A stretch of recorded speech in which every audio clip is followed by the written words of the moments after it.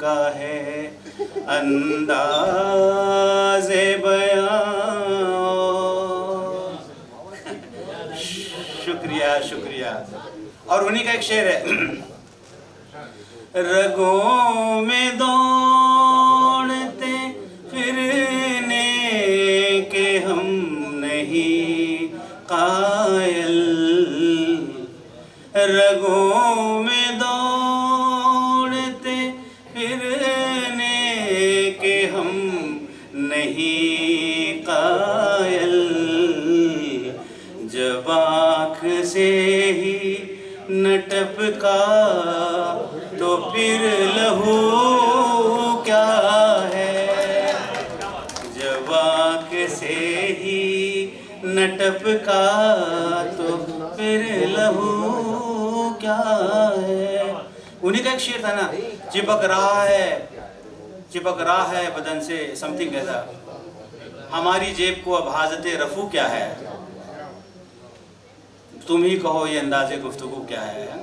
तो खैर दोस्तों, ये गालिब साहब को ज़ाती तौर पे मैं ये उनको ये खिराज अक़ीदत देना चाहता था, और हमेशा एक दरूनी निस्बत महसूस करता हूँ। बहुत बचपन से ही, बहुत छोटा था तब किसी ने मुझे दीवाने गालिब पकड़ा दिया, और बाद में मोहम्मद मुस्तफ़ा खां मद्दाह साहब का लुग़त मिल गया, तो उर्दू की मेरी तबीयत इसी तरह से शुरू हुई।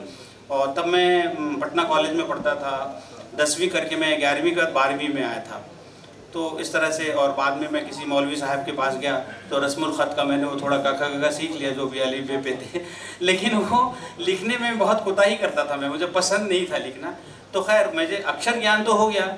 आज मुझे पता लगता है कि वो अक्षर ज्ञान मेरे लिए क्यों हुआ था, क्योंकि आज जब ये टेक्नोलॉजी में चेंजेस आए, अब मैं बहुत फर्राटे से, रफ्तार से टाइप कर लेता हूँ उर्दू, क्योंकि मुझे लिखना नहीं पड़ता। हमने बहुत सारे कलम वलम सरिया वरिया क्या उस समय ज़माने में कहते थे लेके आया था, लेकिन कुछ हुआ नहीं, है ना। तो अब ये है कि इसलिए मैं कहता हूँ कि उर्दू सीखना भी हम लोगों के लिए बहुत ज़रूरी है। अगर आप उर्दू, बल्कि मैं इस बात की हिमायत करता हूँ कि जिस तरह से आपने हिंदी भाषा को पढ़ना ज़रूरी किया है, हमें उर्दू भाषा की भी तालीम देनी चाहिए, है ना, इब्तिदाई तालीम देनी चाहिए। और इससे क्या होगा, हिंदी वालों का भी फ़ायदा होगा। भाई उर्दू वाले 2 ज़बान जानते हैं, 2 ज़बानों की उनको नॉलेज है, हिंदी वालों को नहीं है ना। आज वो बड़े होते हैं, कोई शायरी की ओर बढ़ता है, लेकिन उसको पता ही नहीं नुक्ते का क्या है, उसकी अहमियत क्या है, नुक्ता कहाँ लगाएं, कहीं नहीं सीख सकते हैं बाद में।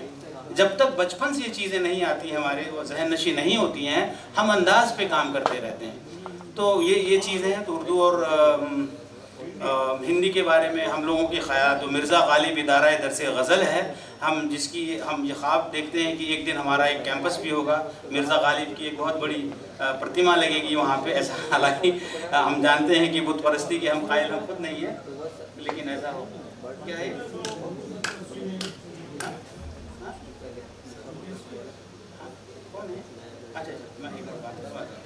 तो खैर, तो ये सारी चीज़ें हम लोग आगे गुफ्तगू करेंगे। मेरा ख्याल है कि अब समय हो चुका है 5:15, तो मैं तैयारी में लग सकते हैं, शुरू कर दूँ ना। तो दोस्तों बहुत शुरू